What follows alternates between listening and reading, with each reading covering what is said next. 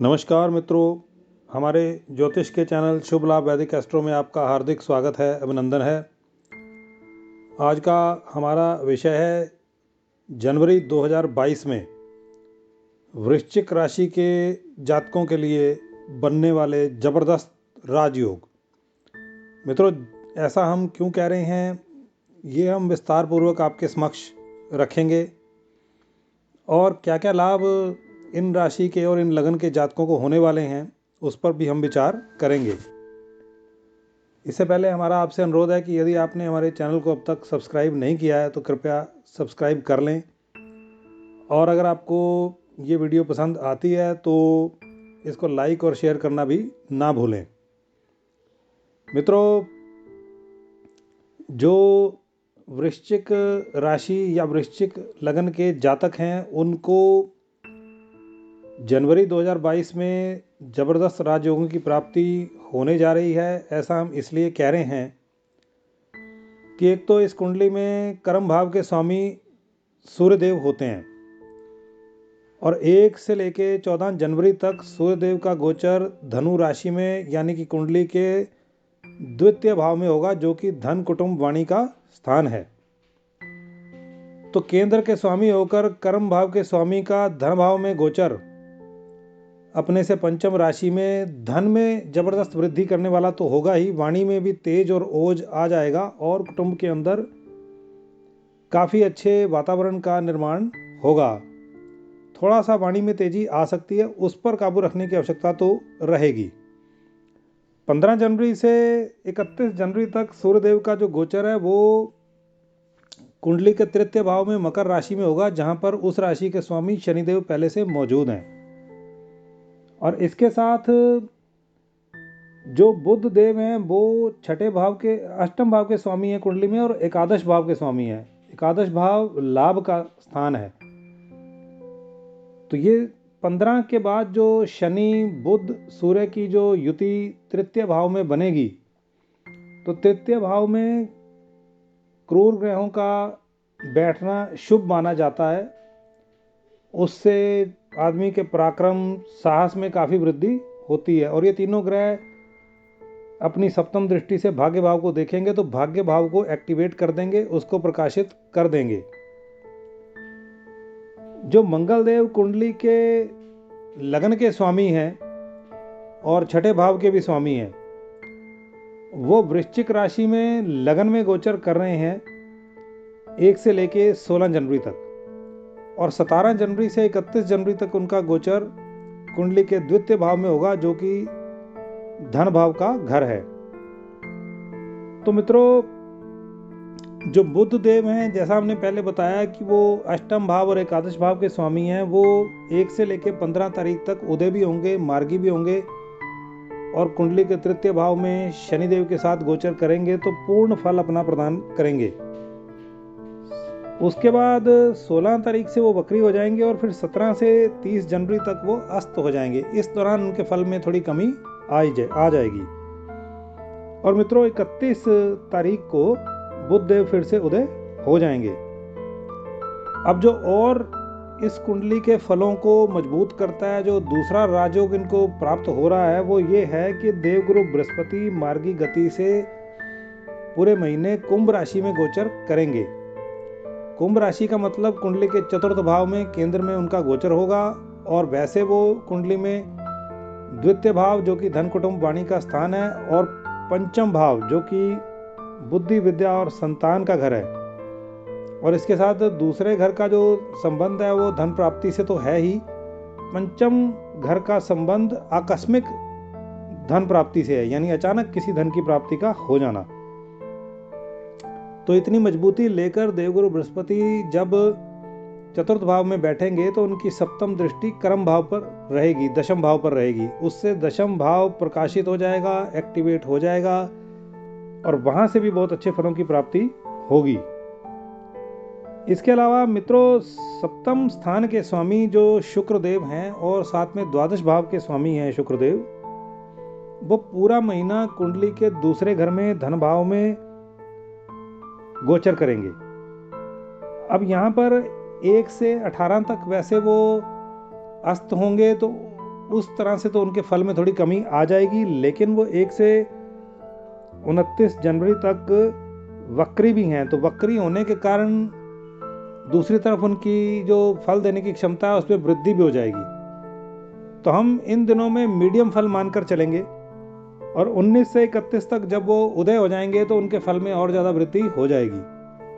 शुक्र क्योंकि नैसर्गिक रूप से शुभ ग्रह हैं, उनका धन भाव में गोचर, क्योंकि वो धन भाव के कारक हैं, तो बहुत अच्छा फल प्राप्त हो पाएगा। कुंडली में शनि देव जो है पराक्रम भाव के और चतुर्थ भाव के स्वामी हैं, और वो पराक्रम भाव में अपनी ही राशि मकर राशि में मार्गी गति से पूरा महीना गोचर करेंगे। जैसा हमने पहले बताया कि क्रूर ग्रहों का पराक्रम भाव में तृतीय भाव में गोचर अच्छा माना जाता है, और यहाँ से उनकी सप्तम दृष्टि भाग्य भाव पर भी रहेगी, और क्योंकि वो मार्गी गति से आगे बढ़ रहे हैं, डिग्री बल उनके पास है, तो वो काफ़ी अच्छा फल यहाँ पर रहकर प्रदान करेंगे। राहु देव सप्तम भाव में मौजूद हैं, कुंडली के अपनी उच्च राशि में मौजूद हैं। वैसे यहाँ पर उनका बैठना कोई बहुत शुभ तो नहीं माना जाता। इसी प्रकार केतु लग्न में मौजूद हैं, अपनी उच्च राशि में मौजूद हैं, लेकिन राहु और केतु दोनों डिग्री बल कम होने के कारण मृत अवस्था में आ गए हैं, न्यूट्रल फल देंगे, कोई भी अच्छा या बुरा फल देने में सक्षम नहीं होंगे। तो इस कारण हम राहु और केतु के प्रभाव को ज़्यादा अकाउंट में नहीं ले रहे। अब इसमें जब दैनिक राशिफल के बारे में हम विचार करते हैं तो चंद्रमा का जो मूवमेंट है उसके ऊपर भी विचार किया जाता है। अब इस लगन में चंद्रमा जो है वो भाग्य भाव के स्वामी होते हैं, तो जब उनका पक्ष बल मजबूत होगा, जब वो अच्छे घरों में गोचर करेंगे, तो कुंडली का लेवल इस महीने में वैसे ही बड़ा ऊपर है, और ये चंद्रमा का जो शुभ गोचर होगा इस महीने में उसको वो और ज़्यादा ऊपर उठा देंगे।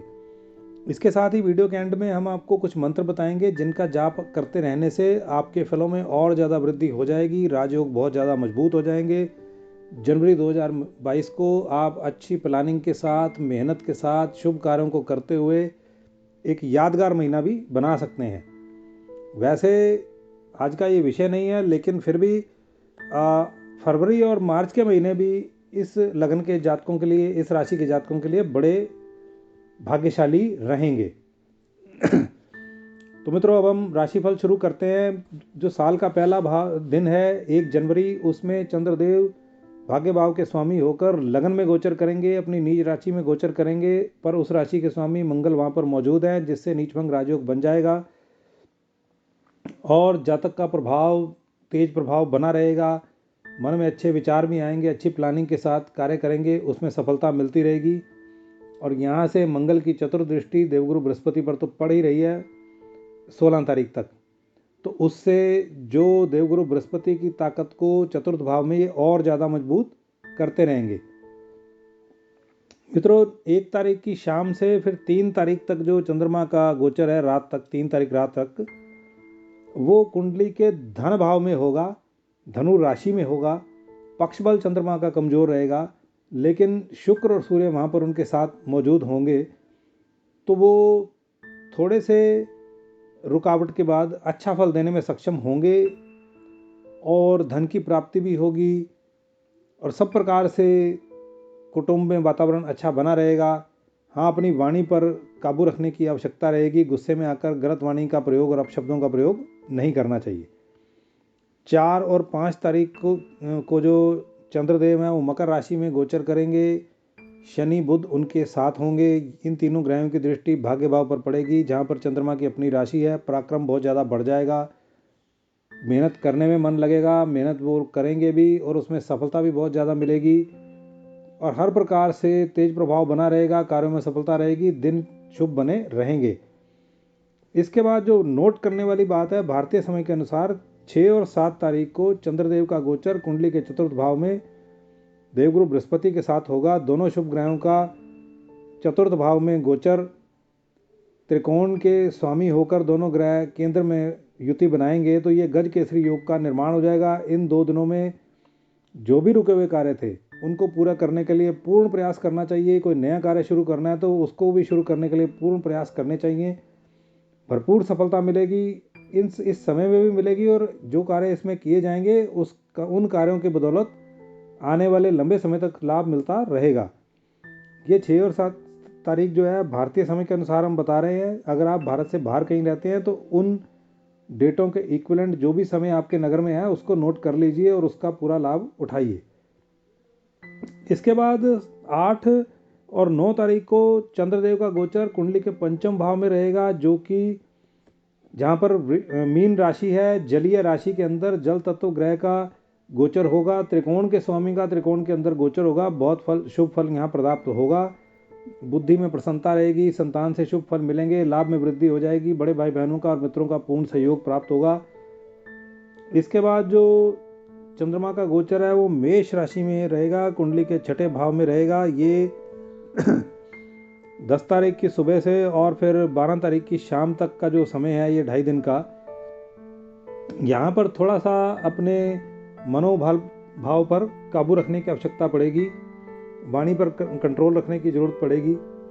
चंद्रमा यहाँ पर थोड़े से कमज़ोर पड़ जाएंगे, क्योंकि शुभ ग्रह यहाँ पर बैठकर रोग ऋण शत्रु में वृद्धि भी कर सकते हैं। तो इसलिए किसी भी प्रकार का नया विवाद खड़ा नहीं करना चाहिए, धन को संभाल कर रखना चाहिए, किसी की गारंटी नहीं देनी चाहिए और उधार भी देने से बचना चाहिए। इसके बाद चंद्रदेव का जो गोचर है वो कुंडली के सप्तम भाव में अपनी उच्च राशि में वृषभ राशि में रहेगा। ये जो गोचर रहेगा ये 12 तारीख की शाम से लेके और 15 तारीख की सुबह तक। तो ये जो गोचर होगा बहुत ज़्यादा शुभ रहेगा। इसमें सप्तम भाव में क्योंकि राहु और केतु जो हैं वो न्यूट्रल फल देने वाले हैं, मृत अवस्था में चले गए हैं, उनका कोई ज़्यादा प्रभाव देखने को मिलेगा नहीं। तो यहाँ पर चंद्रमा अच्छा फल दे जाएंगे। मंगल की सप्तम दृष्टि उन पर पड़ती रहेगी। भोग सुखों में वृद्धि हो जाएगी, रोमांस में वृद्धि हो जाएगी, विवाह सुख में थोड़ी वृद्धि हो जाएगी, व्यापार में भी वृद्धि होगी और व्यापार से होने वाले लाभ में भी वृद्धि होगी। और अगर विदेश यात्रा का प्रोग्राम बना रहे थे और कुछ कारणों से वो नहीं हो पा रही थी, तो वो भी कार्यक्रम बनता हुआ दिखाई देगा। फिर 18 और 19 तारीख को जो चंद्रमा का गोचर रहेगा 16 से 18 तक का, वो मिथुन राशि में कुंडली के अष्टम भाव में रहेगा। यहाँ पर थोड़ा सा जो मूड है उसमें उतार चढ़ाव देखने को मिलेगा, क्योंकि सूर्य और शुक्र की दृष्टि सीधी, मंगल और शुक्र की दृष्टि सीधी इन पर पड़ेगी, तो थोड़ा सा उसमें तेजी आएगी। फिर भी जो मंत्र हम वीडियो के अंत में बताएंगे उनका जाप करते रहेंगे, अपने मनोभाव पर काबू रखेंगे तो दिन अच्छा बीत जाएगा। इसके बाद मित्रों फिर से समय जो है नोट करने वाला इन लोगों के लिए आ गया है। 18 तारीख की सुबह से और 20 तारीख तक चंद्रमा कुंडली के नवम भाव में, भाग्य भाव में अपनी राशि में गोचर करेंगे। कर्क राशि में गोचर होगा इनका, और यहाँ से सूर्य, शनि और बुध इनको सप्तम दृष्टि से देख रहे होंगे। तो भाग्य भाव बहुत ज़्यादा प्रकाशित हो जाएगा, एक्टिवेट हो जाएगा, भाग्य का पूर्ण सहयोग मिलने लगेगा। तो जो भी प्रयास करेंगे, जो भी कार्य करेंगे, उनमें भरपूर सफलता मिलेगी। अगले 2 दिन भी विशेष प्रकार से नोट करने वाले हैं। ये 21 तारीख और 22 तारीख शाम तक, 20 की रात्रि से और 22 तारीख शाम तक का जो पीरियड रहेगा, इसमें चंद्रमा कुंडली के दशम भाव में सिंह राशि में गोचर करेंगे। देवगुरु बृहस्पति की सप्तम दृष्टि इन पर रहेगी। तो कामों में सफलता, प्रोफेशन में सफलता, कोई बड़ी डील का मिल जाना, अचानक किसी अच्छी पोस्टिंग का मिल जाना, तो इस प्रकार के योग रहेंगे। जितना प्रयास करेंगे उससे ज़्यादा फल यहाँ पर प्राप्त होता हुआ दिखाई देगा। पूरा लाभ इनको उठाना चाहिए। 21 से लेकर और ये जो 22 तारीख शाम तक का समय है, 20 की रात्रि से 22 शाम तक का समय भारतीय समय के अनुसार, इसको भी नोट रखना चाहिए। और 18 से सुबह से लेकर और 20 की सुबह तक का जो फिर पीरियड है, दोपहर तक का पीरियड है कर्क राशि वाला, ये भी याद रखना चाहिए। ये 5 दिन, 4.5 दिन बहुत ज़्यादा लाभ देने वाले हैं। अगर आप भारत से दूर कहीं रहते हैं, वृश्चिक आपकी राशि या लगन है, तो आपको इस समय के इक्विवेलेंट समय निकालकर अपने नगर का तो पूर्ण प्रयास के साथ अच्छे कार्य करने चाहिए, भरपूर लाभ की प्राप्ति होगी। इसके बाद जो चंद्रमा का गोचर है वो कुंडली के एकादश भाव में रहेगा, कन्या राशि में रहेगा, 22 तारीख की रात्रि से 24 तारीख की रात्रि तक। ये 2 दिन भी बहुत शुभ रहेंगे, क्योंकि एकादश भाव में जब इनका गोचर होगा तो मित्रों से, बड़े भाई बहनों से सहयोग पूरा मिलेगा। और इसकी दृष्टि सप्तम दृष्टि पंचम भाव पर पड़ेगी, संतान से सुख मिलेगा, आकस्मिक धन लाभ की प्राप्ति भी हो सकती है और बुद्धि बड़ी निर्मल और प्रसन्न रहेगी, अच्छी प्लानिंग होगी, बहुत बढ़िया कार्य कर पाएंगे और अच्छे फलों की प्राप्ति होती रहेगी। इसके बाद 2 दिन जो 24 की रात्रि से और 27 की सुबह तक 2.5 दिन का समय है, इसमें जो चंद्रदेव का गोचर है वो कुंडली के द्वादश भाव में तुला राशि में होगा। तो यहाँ पर मन की चंचलता थोड़ी बढ़ जाएगी, इस पर थोड़ा सा काबू रखने की आवश्यकता रहेगी, लेकिन फिर भी शुभ खर्चों में और शुभ भ्रमण में दिल लगेगा। आने वाले समय में इसका भी लाभ ही होगा, फिर भी थोड़ा सा सोच समझ कर ही खर्चे करने चाहिए और घूमने फिरने से पहले दोबारा से सोच लेना चाहिए। जो शुभ कार्य हों और जो शुभ जगह हों वहीं पर भ्रमण करना चाहिए। जो चंद्रदेव का गोचर है 27 की सुबह से और 29 की सुबह तक वृश्चिक राशि में रहेगा, लगन में रहेगा। ये नीच राशि है, यहाँ पर अब कोई शुभ ग्रह मौजूद नहीं होगा, तो यहाँ पर चंद्रमा बहुत बढ़िया फल तो नहीं देंगे। हालांकि लगन में हैं तो फिर भी भाग्य भाव के स्वामी होकर ये एक अच्छा योग तो बनता है। पर जो मंत्र हम बताने जा रहे हैं उसका जाप करते रहेंगे तो अच्छे फलों की प्राप्ति हो जाएगी, विचार अच्छे आते रहेंगे और अच्छी प्रकार से इम्प्लीमेंटेशन होती रहेगी। उससे फिर जो है दाम्पत्य सुख भी बना रहेगा, व्यापार में वृद्धि भी होती रहेगी और व्यापार से लाभ भी बढ़ता जाएगा, रोमांस में भी वृद्धि होगी। चंद्रमा का गोचर कुंडली के द्वितीय भाव में 29 की सुबह से 31 की सुबह तक रहेगा। 2 दिन धन भाव में गोचर, भाग्य भाव के स्वामी का धन भाव में गोचर, जहाँ पर मंगल और शुक्र पहले से मौजूद हैं, तो धन में वृद्धि होगी, वाणी में तेज आएगा, वाणी में शुद्धता आएगी, शुभता आएगी और कुटुंब के अंदर अच्छे कार्यों का होना दिखाई देगा। प्रसन्नता का माहौल बना रहेगा, बड़ा शुभ समय रहेगा, लाभ की प्राप्ति होगी। 31 की सुबह के बाद जो चंद्रमा का गोचर है वो कुंडली के पराक्रम भाव में मकर राशि में होगा, जहाँ पर सूर्य शनि और बुध पहले से मौजूद हैं। सूर्य शनि की उपस्थिति के कारण, पक्ष बल कमजोर होने के कारण और शनि के साथ विषयोग बनने के कारण चंद्रमा थोड़े से कमजोर रहेंगे और मनोभावों में उतार चढ़ाव आते रहेंगे। फिर भी पराक्रम बना रहेगा, रुक रुक कर कार्यों में सफलता मिलती रहेगी।